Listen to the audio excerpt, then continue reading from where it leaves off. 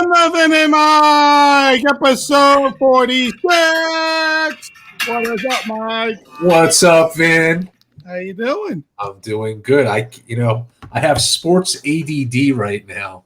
I can't between baseball and football and soon to be basketball. It's crazy right now. It's that fun time of the year, and then for all our hockey fans out there, that's Hockey going on tonight. as well. And you got the four major sports rolling at the same time, which is always fun for everybody. So it's a very, very exciting time of the year. Let me just get to our little quick intro. Vin and Mike is part of the Pigskin Podcast Network. You can check us out there. We are on KKFI out in Kansas City, and you can get all our great content at vinandmikepodcast.com. Of course, we're always brought to you by Viggy Bets. If you go to Viggy Bets right now on Twitter or Instagram, it's at Viggy Bets. $9.99 a month for the best handicapper in the business. So check him out at Viggy Bets. Yeah. Mr. Viggy. He's probably having a bad day. He's a Braves fan, so he's having a bad day. So Mike, why don't you bring in our guest? I'd be happy to. After 46 episode, he appears. Let me say this. I've known Matt for about probably 8 years now. Class A guy. As you see on our YouTube, he's wearing his Mets gear. That's a true fan after what happened. So knowledgeable, huge Mets fan. He's a Celtics fan, which is pretty interesting. And a Jets fan. So my heart's to that. He supports this show, probably Vinny. We talk about this all the time. Matt's probably one of our biggest fans. He listens in, whether it's at the gym or driving, but always supports us, and proud to call him a good friend, and of course, loyal to the show. Mr. Matt Karl, welcome. Glad to have you. Thank you so much. It's an honor to be here, especially after listening to all the episodes, and hopefully, we get into some good stuff, which we certainly have a lot of material for. Yeah, you came at a good time. This is a good episode to be on. A lot of content. Tons of stuff. And let's jump right into it. And what I like to do before we jump into the Mets season and talk about everything there, and there's a lot to talk about. A little interesting things going on in this divisional series. As I said, Phillies won 7-6. As we're recording right now, it is 6-3 Mariners over the Astros. And we had a little conversation about this beforehand. A little, baseball's a game of rhythm, an everyday kind of game. And how would the teams that had quote unquote bye weeks, or, the byes or whatever you want to call it, and took five days off from playing baseball, how would that impact it? And right now we're seeing, Justin Verlander get smacked around, which is very odd. Max Fried getting smacked around for the Braves. Not a tremendous amount of offense early from either team. The Braves almost pulled it out late. But I think we might have a little bit of that missing rhythm in this whole thing. Mike, some of your thoughts? Yeah, Vinny, you touched upon it on the last show that baseball is about consistency, so you take that away. And yeah, it's nice to have a bye, but you're not playing the game. And usually with baseball, you may have a day off at most. So some of these teams weren't playing for a good week. So that's going to throw off the rhythm more on, I think, the batting side, but also you're seeing on the pitching right now. So, but we all know that good teams know how to bounce back and good teams know how to win. So it's only game one. It's a 5-game series, but we'll see. I was kind of shocked to see that the Phillies won. The Braves, if you watch the end of that game, the Braves actually almost pulled it out, but a huge win for the Phillies. And this Mariners game's in the top of the fourth right now. So Astros still have time, but we're seeing some of these trends, and we have to see if they continue. Yeah. Matt, what are you thinking about with these games, with the time off? It's interesting. As a baseball fan, I don't want to say it's disheartening, but it's a little bit alarming. I really thought – and, feel like with having conversations with the two of you, I put my foot in my mouth, really thought coming into the end of the year, the Braves are the best team in Major League Baseball, top to bottom, built for the playoffs, bullpen, lineup, reserves, everything. And a little bit disheartening to see them and the Astros, who, and again, them and the Yankees, they're the class of the AL. It'll be interesting to see what happens tonight. As you mentioned, rhythm is just as much going to affect the pitchers who are used to going out there every 5 days as it is the batters who want to be seeing live at bats against competition. A lot different being in the cage. Yeah, absolutely. You want to, live pitching, getting that rhythm, like you said, continuing to have those every 5 day rest, the whole thing that goes along with it, and everything. I thought maybe some of the older pitchers it would help out, and we'll see as that goes along. But Verlander is one of those older pitchers that I thought some extra rest might help him, but it seemed like he just didn't have any of his A stuff today. The guy is going to win his 3rd Cy Young Award on top of it, so that it'd be interesting to hear some of his post-game comments, which maybe we'll discuss on the next show or as this series goes on. But let's jump right into it. Mets season, 101 wins.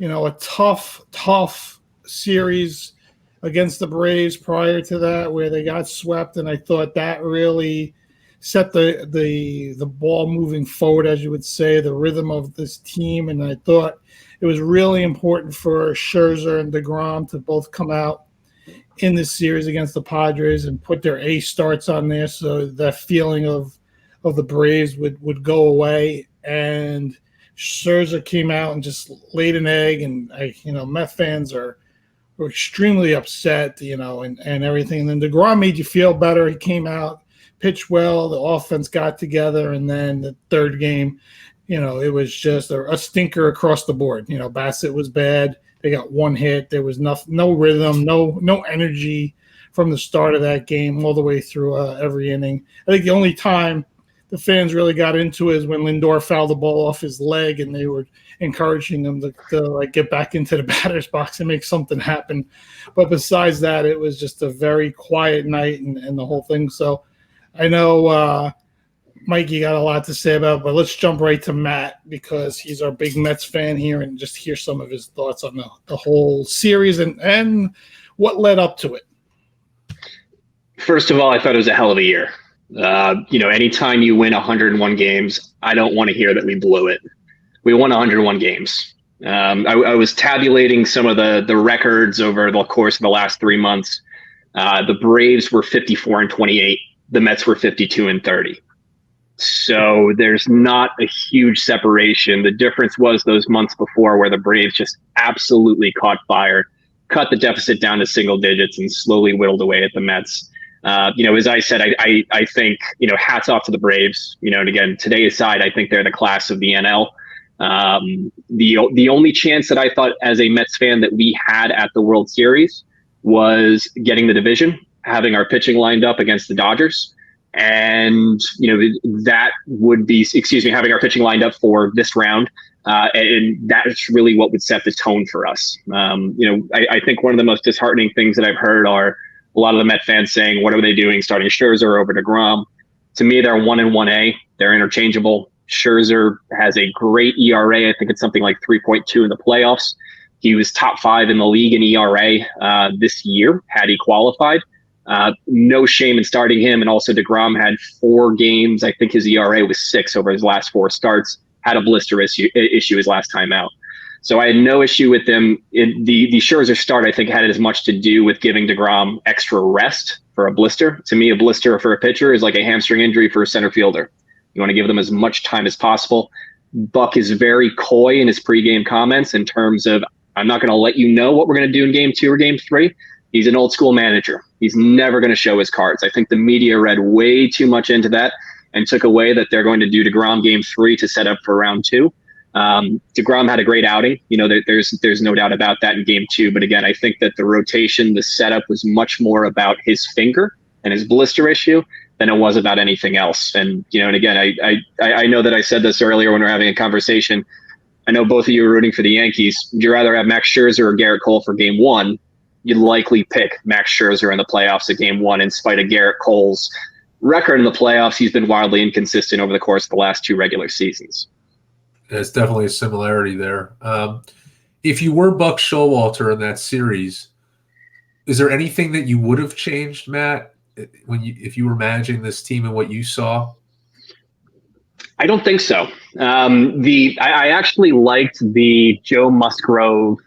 Again, I like that challenge. If you watched the entire series, I mean, it was simply gamesmanship.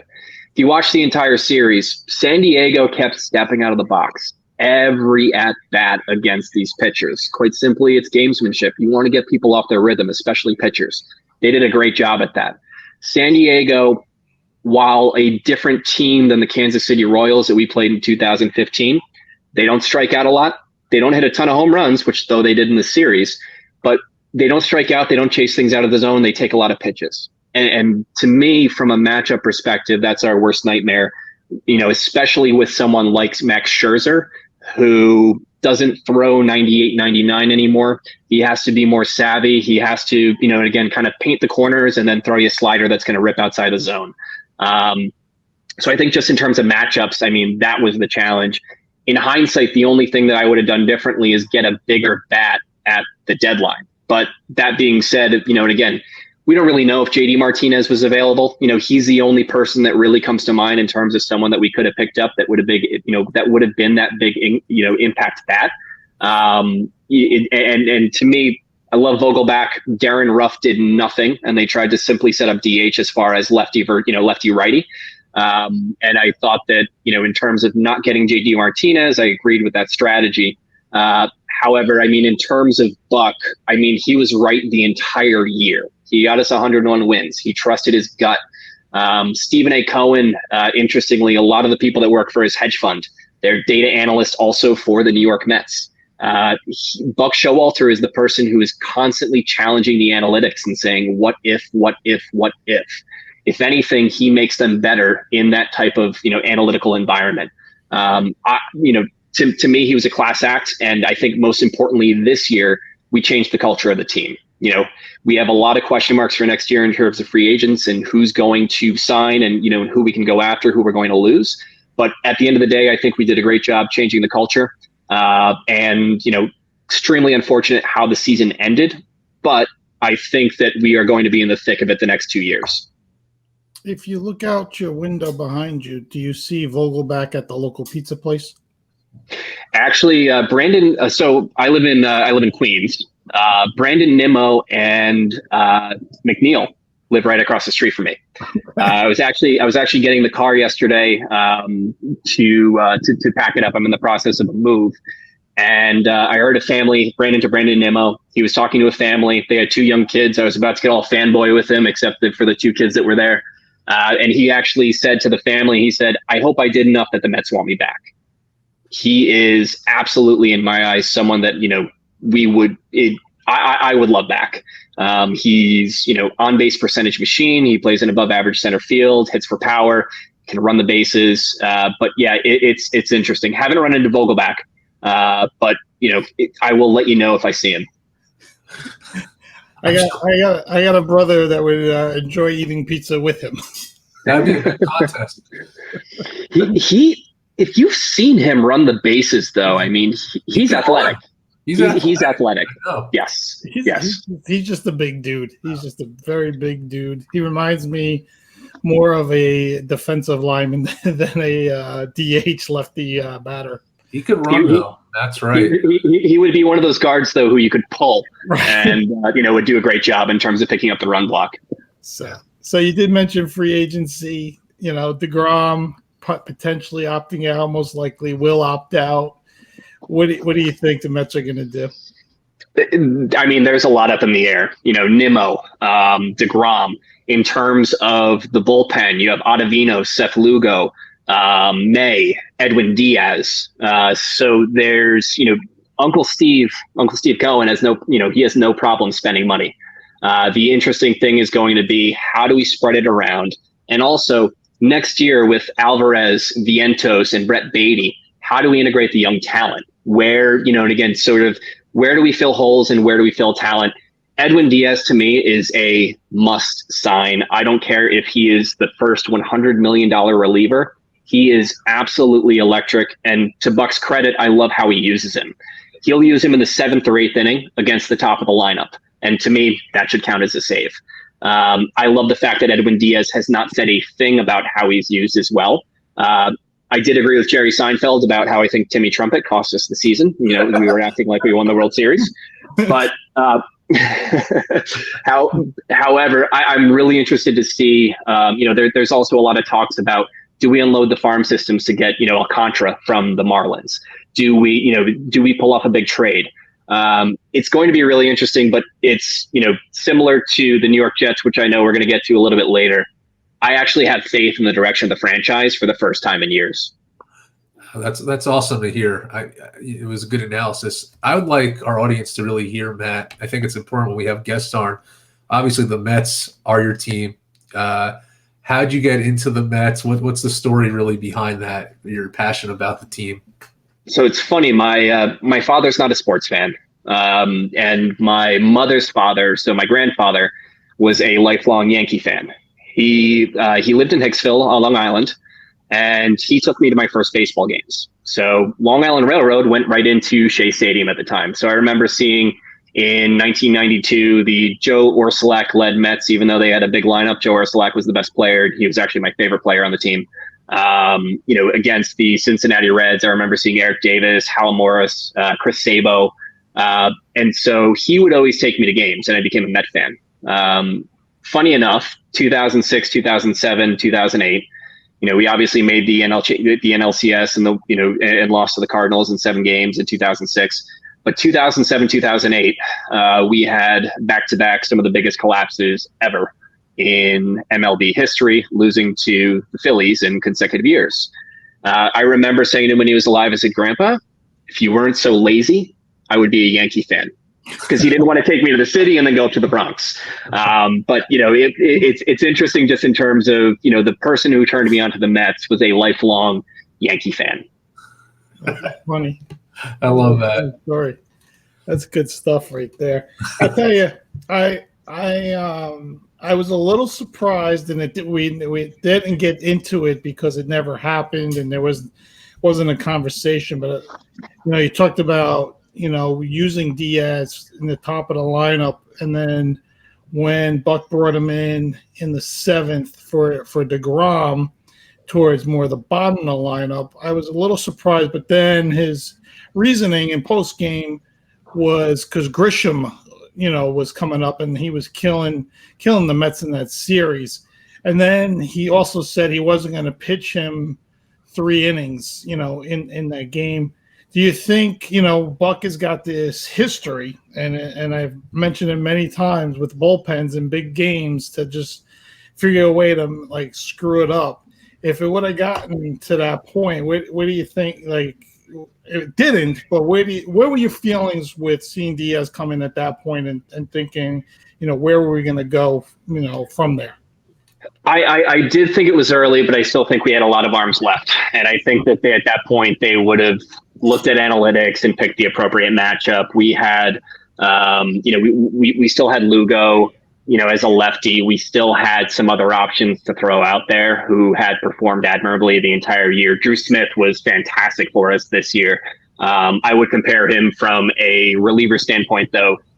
He's like John Starks. You're going to get, he's going to go 1 for 18 or he's going to go 6 for 6. And he does this in stretches, but when he is on, he's absolutely electric. I mean, I can't really second guess those decisions that are made in that moment. I think a lot of it's just about extending, at that point too, it's about extending the season. And, I have to agree with the call simply because it worked. And obviously we'd be having a much different conversation if we, lost the first 2 games, but I have to agree with it, again, quite simply because it worked. Yeah, I wanted to get back to the Musgrove thing and Buck Showalter going out there and challenging that. Were you surprised that he didn't do it earlier in the game? And did you feel at that point it was kind of a desperation type thing to really get them off track? I think you touched upon it a little bit, but what was your thoughts on that? I don't think it was a desperation thing. On TV a few times, it actually looked like there was something there. I mean, his ears look like glazed donuts. I'm sorry. Yes. I mean, yeah. They did. So I don't think that it was desperation. I do wish he had done it earlier. Again, just my eyes on TV, it looked like something was there. Obviously, there wasn't. If there was, they would have felt it on, the umpires would have felt it on his hands. I think that, to your point, I do wish he'd done it earlier. Again, doing it at that point, it's simply gamesmanship. We're down. We're trying to rally. We're trying to interrupt the rhythm. The Padres just did such a fantastic job of that throughout the entire series with backing out of the box and calling time. There was a few times Scherzer, had his leg up and they called time. It was, I mean, they were absolutely fantastic with it. Yeah. Yeah, I think Bob Melvin did a really good job. I think he's one of those managers that is a little underrated because he was in Oakland and where they didn't have anything, right? They still don't have anything there. And then had the opportunity to go to San Diego with new ownership there as well, who's willing to spend a lot of money, as well, which, be interesting when Juan Soto actually becomes a free agent if they make a big move for him. But I thought Bob Melvin really did a really good job with having the hitters step out of the box. I thought that really disrupted a lot of rhythm. And, when I go back and look at the Musgrove situation, I know Buck didn't think he had anything on him because you would have felt it, earlier. You would have seen him actually touch his ears as well. He never goes to his ears ever. He always just touched the brim of his cap, and he would, the normal stuff that pitchers do. I think it just becomes habit for them. I don't even think they realize they're doing a lot of that stuff. But I think it was Harold Reynolds was saying that there's a supplement you can take that actually warms your ears up, that keeps you more focused. I forgot exactly what it was. I think it was Harold Reynolds, or maybe it was someone else that tweeted it out, and they think that could have been the reason why his ears look that way, because it's something common for pitchers to take just to keep them in focus and get their energy levels up. But it was a really good series. Like, if you step away from it as a fan and see it like from my eyes, I thought, like I said, I thought Scherzer really needed to come out in game one. I wanted to see DeGrom be DeGrom in game two and really not worry about Bassett, and they didn't get to that level. And then Bassett just didn't pitch well. But I was really disappointed in the hitting in the third game. One hit in a deciding game. It was the least amount of hits ever in a deciding game in the playoff baseball. What do you think Aaron Judge, right? So we talk about him, and we know that he's going to be a huge free agent once the season's over, right? There's that 5-day window that the Yankees will have exclusivity of trying to sign him. And then, he's technically a free agent at that time. Giant rumors. I would think the Mets are going to be in as hard as anyone as well. How do you feel about Judge? I would love to see him in orange and blue.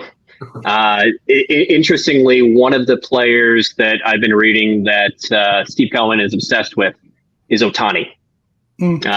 And to me, he is the single most valuable player in baseball in terms of what he can do with both sides of the plate. If you think of like true wins above replacement, what he does as a pitcher and what he does as a batter, everyone brings out the Babe Ruth comparison. There is no comparison to him in baseball. He is truly the most unique specimen, and it shows how bad the Angels are. And I hope to God they get him out of there, at least to the East Coast, just so I can see him more on TV. I think, the single biggest thing for me that I'm disappointed with is I don't get to see him play a lot because he's always 3 hours behind. Yeah, I know they already picked up his Extended 1 year arbitration, $30 million for next year, which then I think after that he becomes a free agent for 2024, which it'll be interesting. But he's very tradable now, right? I mean, if you want to pick up, let's just say halfway through the season, $15 million, and the Angels want to dump it, they can. And it'll be very interesting to see where Ohtani goes. I think you make a really good point there. You can't compare him to Babe Ruth because, there wasn't that real full-time pitching, hitting from Ruth. You could go back and look at look at it, but he wasn't real. He would pitch once in a while. He was more once he got to, I think it was 1918 or 17 there when he primarily played right field. He would pitch like once in a while, and so this guy, he's an everyday pitcher, and then he DHs on his days that he doesn't pitch, which, is a big help with getting the DH now in the National League as well, because I don't think the Mets would have make a pitch for him if he can't DH, right? You can't really have a guy playing right field that is going to start for you every 5 days as well. So. And ultimately, I do see him ending up in the NL simply because those teams have not been built around a DH.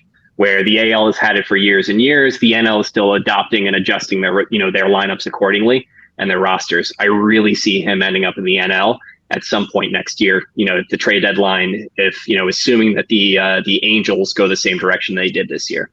Yeah.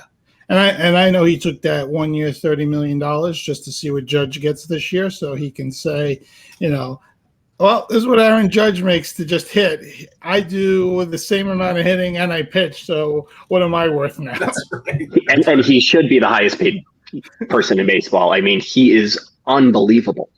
Yeah, it's definitely a unique thing. It's actually very, very unique, and it's fascinating because I don't know if it's because he's from Japan, right? Or, is that they continue to use him as a hitter and a pitcher, because you get to a certain point here in the minor leagues or even in college or even in high school where they decide that, all right, you're an outfielder, you're going to play outfield, right? You're a pitcher, you're just going to pitch, you're not going to hit anymore. So I think part of that is that they let him continue to do both up until his major league career, and it just rolled over into it.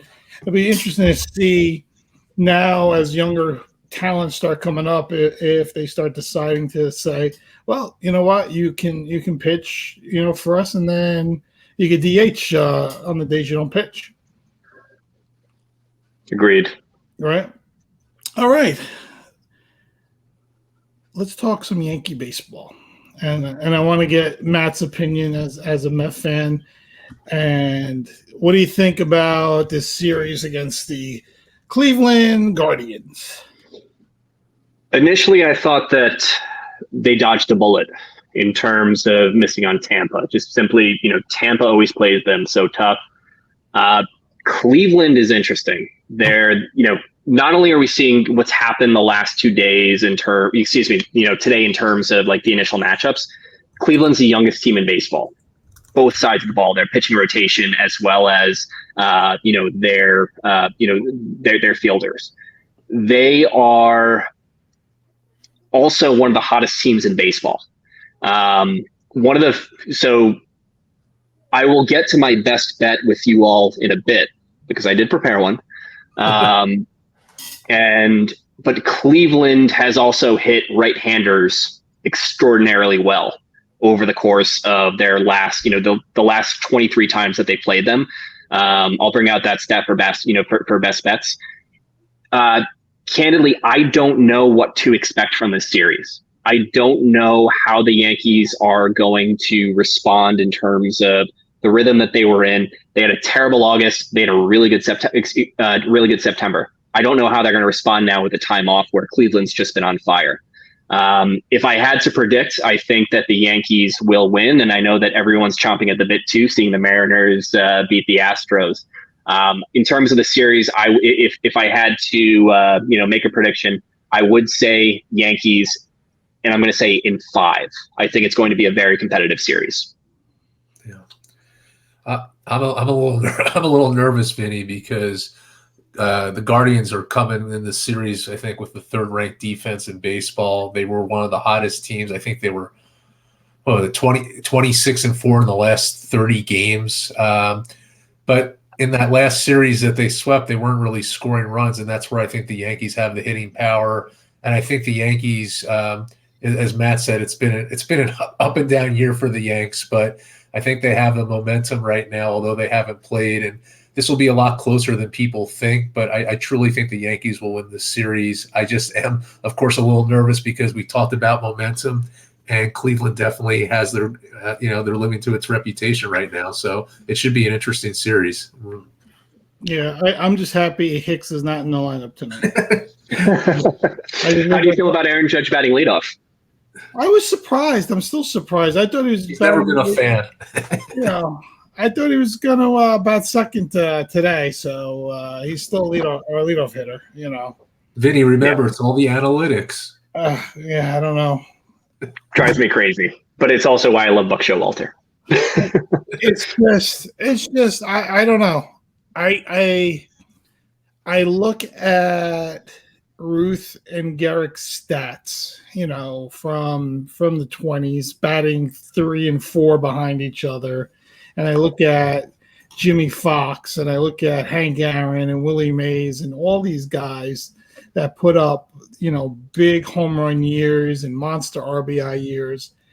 And, they didn't bat leadoff. Now the guy led the American League in home runs and RBI, right? So, how much can you complain, that he's batting leadoff? I mean, would he have driven in 150 runs if he was batting second or third all year? I don't know. Would he have batted second or third all year if Benintendi continued to stay healthy and LeMahieu? That's another thing. So, there's a few other things. I guess Boone's going to roll the dice here, bat him leadoff. Rizzo's up there, he's going to just run the same lineup that he's been running for the last month, and we'll see what happens. It drives me a little nutty, like as you guys know, and I'm not going to go crazy on it here. Maybe our next show, if the Yankees lose a series, I'll lose my mind on something, but I'm not going to go overly crazy on it. But I'm very interested in seeing this hangover effect. If it's just, is it a real trend, or is it just, the first 2 games, that's just the way things rolled out. We'll see how Garrett Cole comes out early in this game. And we know that if Garrett Cole is off, it's usually a really bad first inning, so we'll know right away if he's off. So let me jump to our commercial here real quick, and then we'll come back in a second here. So NFL action is in full swing at DraftKings Sportsbook, an official sports betting partner of the NFL. We're talking touchdowns, big plays, and even bigger wins. New customers can bet just $5 on any NFL team to win and get $200 in free bets if they do. Everyone can boost their winnings with DraftKings stepped-up same-game parlays. Mike, I saw your dad hit a nice big same-game parlay this weekend, right? Huh? Yes, he did. Yes. He did, right? That was a nice one, right on his DraftKings account there. So that's what we're talking about, with our DraftKings stepped-up same-game parlays. So make things even sweeter. You can throw down on stepped-up same-game parlays once per game, all season long. Download the DraftKings Sportsbook app now and use promo code TPPN to get $200 in free bets if your team wins when you place a $5 bet on any football game. That's code TPPN, only at DraftKings Sportsbook, an official sports betting partner of the NFL. Minimum age and eligibility restrictions apply, and see show notes for details. So, all right, we got our first half of the show, our baseball talk. Now let's dive into it. Mike, the music. Oh, you know what? You always kill me on this. I got to get music. You put me on the spot. I will have music in one of these episodes. Dun, dun, dun, dun, dun. Thank you, Vinny. There you go. Appreciate it. I'm not talking about last night's game. That's all I'm saying. We're not discussing it. I crossed it off the list of all games to talk about. You know what I was just thinking real quick? Yeah. Etiquette, like sports etiquette with your friends. So I was saying to Matt after the Mets, I didn't know when it was appropriate to call. With the Raiders, the last time when I was in Cleveland when they lost, I was someone had told me, I think it was Dan Hernandez, he's like, did Vinny throw something at the TV? And then the best part is he's like, no, I just went up to have dinner. But when he spoke about it on the show, he went nuts on them. So I don't even know what to think. I got a nutty partner here with Matt. I had no idea how to handle it, but Matt actually called me, so it was easier to handle. But it's like a Seinfeld thing. Etiquette on sports or a curb thing. When's an appropriate time to call someone or text somebody? Not sure. Is it like telling a joke about something? Is it the same thing? Yeah. Okay, Matt, let me hear your etiquette on sports. So some of my close friends that, again, obviously know, Mets are my number one far and away. They started reaching out today to see how I was. They gave me 24 hours and, gave me yesterday to cool down. But like today was the day that they started to reach out and say, how are you? Yeah, I think a regular season loss, even last night's hard loss, I think it's okay to talk about it right after the game. To me, that's not a big deal for me. I'm happy to tell you, how I felt as soon as the game was over, and I was again. I don't think I was as upset as I was in previous losses because I think they took a step up, but they're not where they should be, right? Because ultimately wins and losses determine everything. You talk about it all the time. Your team wins a Super Bowl. Do you really care who they lost to during the regular season? Do you really care who they beat during the regular season? All you care about is they won the Super Bowl. You know the team that they beat in that game, and you got the ring, and that's it. You don't care about any of the other stuff that goes along with it along the way. Now, losing a Super Bowl, I would give the person until at least Tuesday. Let them get through that Monday and the whole thing, and then come back Tuesday and discuss. Unless they reach out and say, oh my God, my team just blew this whole season, and I'm as good as the Houston Texans right now. That's how you feel. By the way, some of these power rankings are ridiculous. By the way, I just saw one that had the Raiders ranked 14th. They're 1-4. How's that possible? That's what I'm saying. I can't take that seriously. Yeah, and then I see the Eagles are number 2. They're 5-0. They're the number 1 team. So who's number? Arizona, Buffalo. Buffalo. But again, they're 5-0. They went out to Arizona and won. They're not number 2. They're number 1. That's just the way it is. Would they do the college rankings like that? Never. No, come on. It's although Alabama recently got put down to 2 because of that close game. Well, that's what Georgia blew out, right? Right, that's true. Yeah, the Eagles are still undefeated. No, that's what I'm saying. These power rankings don't make any sense to me. Bill Parcells used to say, "You are what your record says you are," right? And you're 1-4. You're a bad team, right? You're 5-0. You're the best team in football. That's just the way it is. At best, before this podcast, good teams know how to win. Mm-hmm. And that's good teams find a way to win games. Bad teams find a way to lose games. Right. And that's the best way I'll explain last night's game without really going into it. But I want to jump right to you guys because you're both Jets fans. And I like the way Breece Hall played on Sunday. I thought he was fantastic. I like the running game. I like the way Zach is managing the offense. The defense continues to play well. I know you had a third-string quarterback in there, but it's still the NFL because up the road in New England, a third-string quarterback shut out a team, coming in that was, I thought, had the best high-powered offense going, the whole thing. So I don't want to hear the whole third-string quarterback situation. It's still the NFL. Guys are ready to play. And, I thought it was a real big win for the Jets. 3-2 at this time of the year when we looked at the schedule, I think we all were feeling, this could be a 1-4 team at this point, and 3-2, you guys got to feel good. Mike, go ahead. Oh, without a doubt. You started out without your quarterback this year, and Zach Wilson last game. I told everyone this on the show. I was so impressed with him, and he was just going to build on that. And what he did this time opposed to last time was he threw on first down.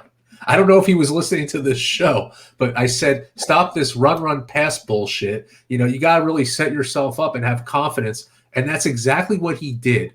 and just being able to run out of the pocket, smart plays. We talked about Breece Hall mixing the running game, connecting with Corey Davis, Garrett Wilson. They're just an exciting team to watch. And this this with Dwayne Brown back on the with the offensive line now, that is huge for them, right? We said the Jets' offensive line after Pittsburgh. We said, you know what, it was a good win, but they really need that offensive line to step up, and they did. So all aspects of the game was good, as you said, Vinny. Teams are going to have troubles. They're going to have second or third string quarterbacks. But you know what? Jets teams in the past, they would lose to those teams. It wouldn't even matter.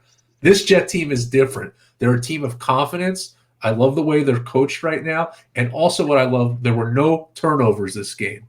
They played smart football. That's something they had to work on. The only real penalties were the pass interference penalties, which I think some of them were not. But other than that, there were no roughing the passer penalties or stupid offsides penalties. They played very smart football, probably the best game they've played this year, which will hopefully give them the momentum to go into Lambeau and make it very competitive and even win.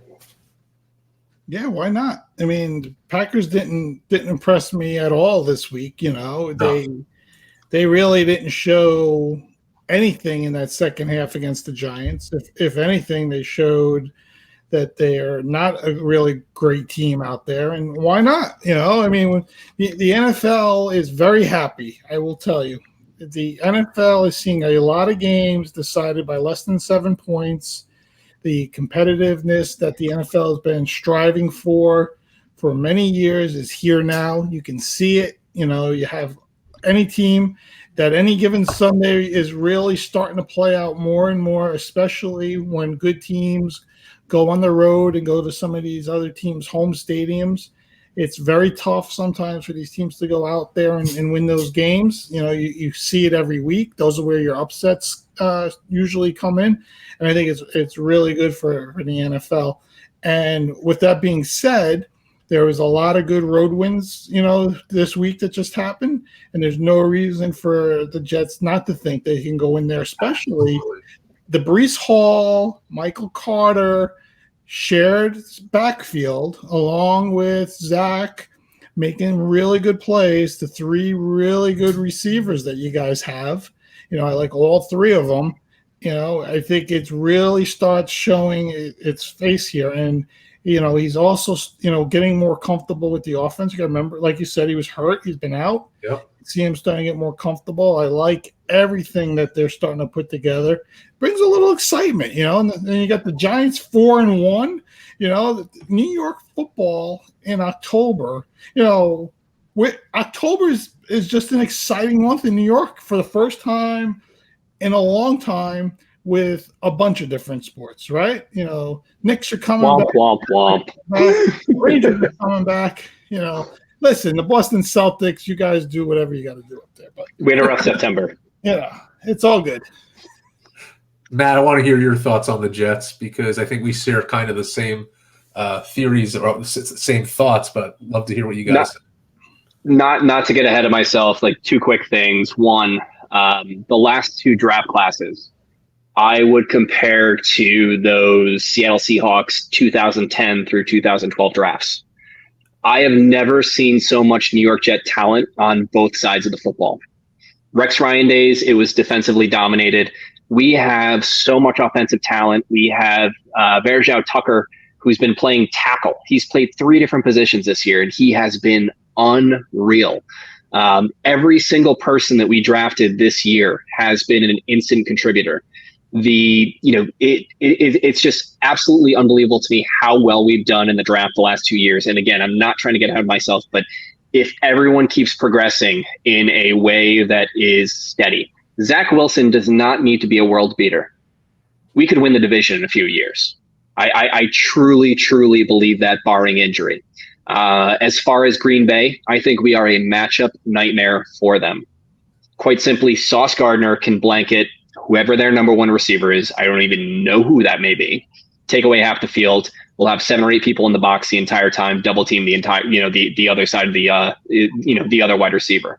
I truly believe that we will beat Green Bay in Green Bay, assuming our O-line stays healthy. Assuming Dwayne Brown is still our left tackle and assuming no one goes down. I think our defense is that good, led by Sauce Gardner and Quinton Williams up front. But I also think that our offense, as you said, we're loaded at the skill positions, and we've never had that as an offense. We've always brought in veterans. Right. Yeah. I really like your young receivers. I do. I like your guys' young receivers. Corey Davis is the oldest statesman, and he's not old, right? Elijah Moore. Right. And we know Garrett Wilson is just, you could tell, like I keep saying, he's on the verge of that next, like, Justin Jefferson kind of talent. I just see it. Yeah. I love the playmaking last game, and Sauce Gardner's so fun to watch. Play that long ball. He gets right in there. He knows when to get in there at the right time. For a rookie, come on. He's just going to build on that. He is awesome. We're going to have some of his buffalo wings. That pass interference call against, when he was on Hill, he was half a second away from turning around. And that was the only knock on him the entire game against, two of the best wide receivers in football. Yeah. Yeah, those guys are speed demons. Holy cow. Really looking forward to this game, though, because they come off the Giants beat them in London. They come back to their home field in Lambeau. If the Jets could beat them, which is if you talked about this a year or two ago, you wouldn't even think about it. It is more than possible. And then you go play a Denver team that's struggling, right? You could be 5-2. Yeah, why not? Why not? With what I think next week we're gonna have to call up our Packer faithful and have them come on, win or lose.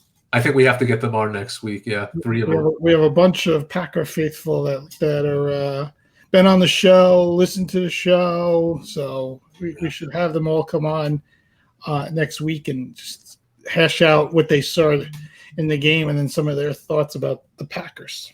I think that would be awesome. Be a lot of fun. So also, this is what to me is really exciting coming up this week. We got Bills Chiefs. We got Eagles Cowboys. I mean, you want to talk about early games that could decide, conference seeding, division, the whole thing. I mean, it's there in week 6. We got our first bye week of the season. The Lions, the Texans, the Raiders, and the Titans are all off. So 3 of those 4 teams really the Lions are off. Good. After what they did to you. Yeah, the Lions need off. The Texans need off. The Raiders need off. That was low, Mike. Listen, I agreed with him. They're the best. They had such best offense. They're scoring all these points. They were the number one scoring offense. Number one scoring offense. That is Bill Belichick. It's wild. That is what we call coaching. Period. Yeah, well, that's why Belichick is a Hall of Fame coach. Yeah. My son asked if Tom Brady was in the Hall of Fame, and they said, yeah, he's in. They shouldn't have to wait the 5 years. I mean, we could just put him in right now. I mean, why even wait the 5 years? Like, what's the point? Still, while he's still handsome. Yeah. And still married.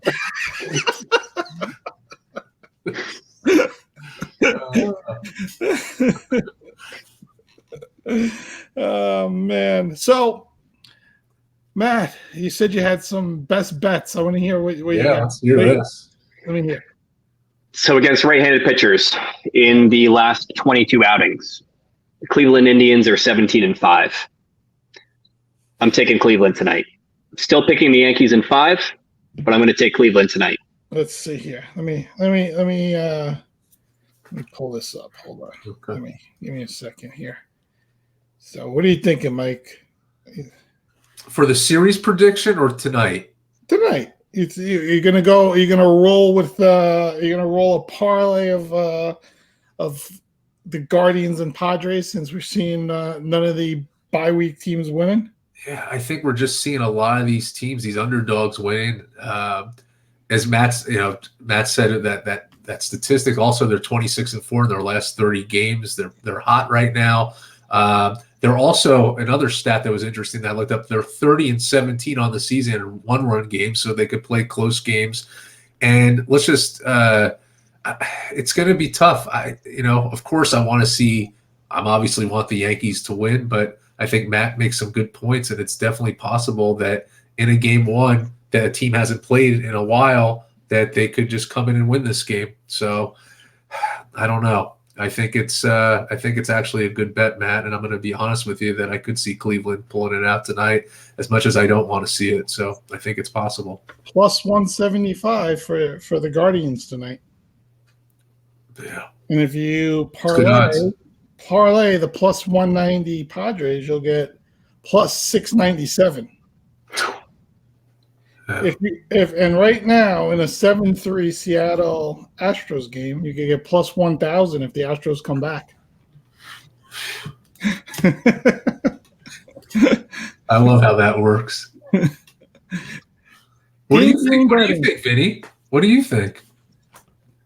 I think this Cleveland team is perfect for the Yankees. They're a light hitting team. They don't have great starting pitching. I can see the Yankees' big bats jump all over them and just taking care of business. At the same time, who the hell knows? Aaron Boone and then drive me crazy, and Aaron Judge will come up and with nobody on base instead. We'll pinch hit Aaron Hicks for Harrison Bader, in the ninth inning, and he'll ground into a double play, and we'll lose the game. Something like that'll happen. Yeah, I think Cal Contrell's been he's been so hot. I don't know. You can't say that their pitching's been. He's been fantastic. They stink. All right. Listen. It's interesting though. I think the last time it was in the early 2000s, maybe mid 2000s, the Yankees beat the then Cleveland Indians. They were 6-0, and they lost the playoff series. This year they're 5-1 against Cleveland. Yeah. You know what I was just thinking, Vinny? Matt, we have a friend, Steve, who's been on the show. You are to Mets what Steve is to Yankees, and he is the difference, though, is he's the most pessimistic, and I hope he will be listening to this, most pessimistic fan I've ever seen. You'll say something great about the Yankees. Oh, they're going to blow it. Oh, they're going to, anytime you highlight something good, he's like, he looks at something bad, but he loves this team so much, but he's so critical. So, listen, I of course, want to see the Yankees win. I think I'd rather have Cleveland than Tampa any day, because Tampa's always given the Yankees trouble. But this first game, look out for it, because there's been so much variance in these other games because of the consistency. That's all I'm saying. So this game will be interesting for sure. And who will win, Miles Straw or the Bleacher Creatures? Oh, that guy just better stay away. Play left center field. DH. Yeah. Oh man. So Mike, I know you want to talk about this, and I think it's important because I did bring up Tom Brady and watching the game last night with Derek Carr and these roughing the passer calls, which were, to me, both atrocious calls. Thank you, Vinny. And I said it. I think I said it during the game. I think I texted that was a horrific call. First of all, Chris Jones stripped the ball. He stripped had the ball in his hand, fell down, put his left hand out so he wouldn't put all his weight on him, and basically rolled off and had the ball. It was a perfect play, and they threw a penalty for roughing the passer. Then you get Grady Jarrett, yes. Yep. He sacks Brady, and he swings him down. But if you watch it, Brady lands on top of him, and then he has to. Technically, Brady's not down. He's still not down at that point. He has to turn him over to put him down. So he has to complete the turn, right? And flip him over, which to me was, a football play. Yeah. How is that roughing the passer? How are either one of those roughing the passer? They were atrocious calls. Let's start with the one from last night with Chris Jones. I mean, he even said in a post game, he's 300-something pounds. What is he supposed to do? And he stripped the ball. It wasn't a helmet to helmet. It wasn't a dirty play. I love what Stephen A said today. What do they want? To put flags on the quarterback and just rip off the flag? Like, what? It was hilarious, but it's true. Like, yes, there's certain things that are roughing the passer. A helmet to helmet, a low blow, the collar, right? But that wasn't it. He simply tackled him from the back, right? The ball was stripped, and then they call a roughing the passer. And then with Brady, you're exactly right, Vinny. He wasn't even down. And if you actually look closely, Brady actually tried to kick him. Yeah, this is getting out of control. This is an overreaction to Tua, and I guarantee you, the NFL put a memo to referees out this week and said, "You better make sure that none of these quarterbacks walk off that field with a concussion on an illegal hit." I guarantee that was put out this week, and that's why you saw those penalties being thrown, and because both of them were not roughing the passers. They just weren't. And I thought Chris Jones made a good point, and I think the broadcast even made a good point. You got to have this reviewable. You can't have those plays determine games. You know, the one in Tampa was a third down play. The one last night was towards the end of the half. It ended up leading to a Raiders field goal. You know, ultimately, does it determine the game? Who knows? But at the same time, you can't allow that to happen. These are clean hits, And again, I quote Bill Parcells a lot because I think, when it comes to a lot of things he says, he's just very intelligent. One of the brightest football minds I've ever heard is he said he was all for instant replay if you can replay everything. And is it going to push games to 3.5 hours? I don't think so, because you got to still throw a challenge flag and all this other stuff and all the things that go along with it. And under 2 minutes to go, the refs should have the ability to check, those roughing the passers and all that. So I don't think you take away the speed of the game. Maybe towards the end of a half you do a little bit, but you're not going to push them to 3.5, 4 hours. So why not make everything reviewable? Again, pass interference maybe was a little ridiculous when they were, made that reviewable, because they were challenging things that were never going to get overturned. And I think the refs made a point never to overturn a pass interference because they thought it was ridiculous as well. But there's certain things that you're going to have to give these guys the ability to look at it, just because we have the technology to do it. It's not the 1970s anymore, Mike. You remember them well when you had your denim pants and everything. 1970s. What is this? What did I go back to the future? 1970. I wasn't even born. Thanks. I don't know. Matt, you believe that? No, he had the corduroys. The corduroys. So, thank you. Yeah. Those things were hot, by the way. I remember wearing them like when I was like 6 or 7, going like out in the winter. I'd be sweating. Wonder why we caught pneumonia when we were younger. I'm so hot.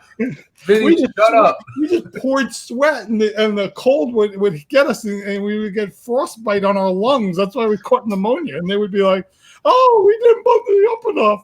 No, you over bundled us. We're sweating our brains out." And then I froze. I think that's why when it's cold out, I just put on a jacket and a light hat. That's it. That's all you need. Oh man, this was fun. This was great. Oh, good show, guys.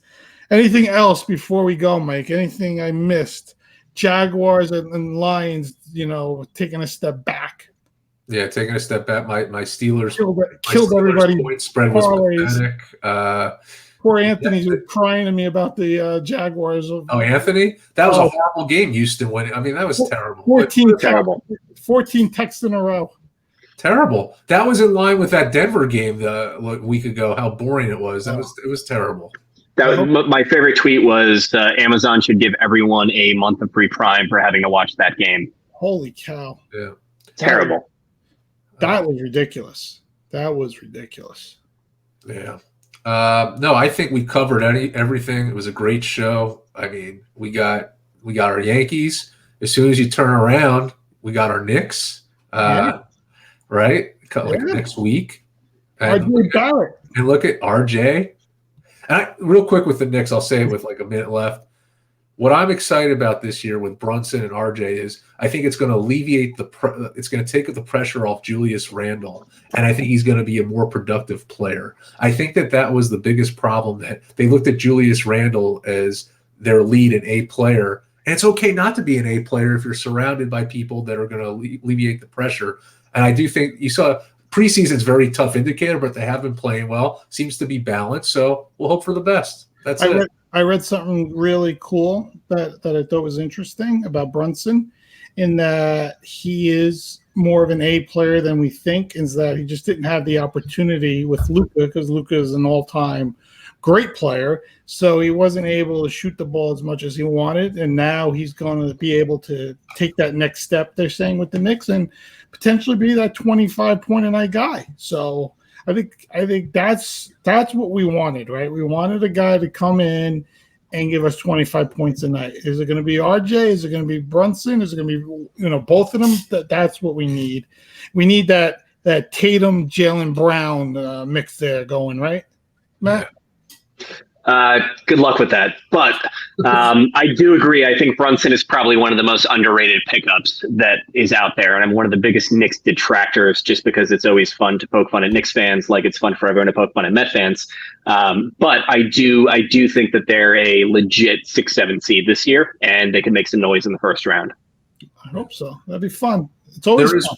There is one thing I forgot. The Vin and Mike survivor pool is down to 2 people right now. And I forgot our fantasy. Let me give the shout out. Hold on. Go ahead. Let me just give it. We had some extra people in there this week, so the entrants are picking up. So we're very excited about that. But I think we paid out 3 people this week. Let me just make sure here real quick. Go ahead. Yep, we paid out. John won again, so that's back-to-back weeks for John. Codman? Codman? No. My friend Chris finished second. Gilbert, who is from Arlington, he finished third, and then I finished fourth this week. All right. So that's what happened. So I was a schleb this week, and those were our 3 winners. And you're right, the guy John is also one of the 2 people left in our survivor pool too. And Christian Guerrero, so it's down to those 2. It's down to him. So we gotta get more people in the fantasy league. I'm going to tweet it out. We're going to throw it on Instagram. It's only $5 to play. You pick your lineup every week. You stay under your $50,000 cap. It's a small entry fee. It's small winnings, but the more entrants we get, the winnings go up, and we're having fun. Yeah.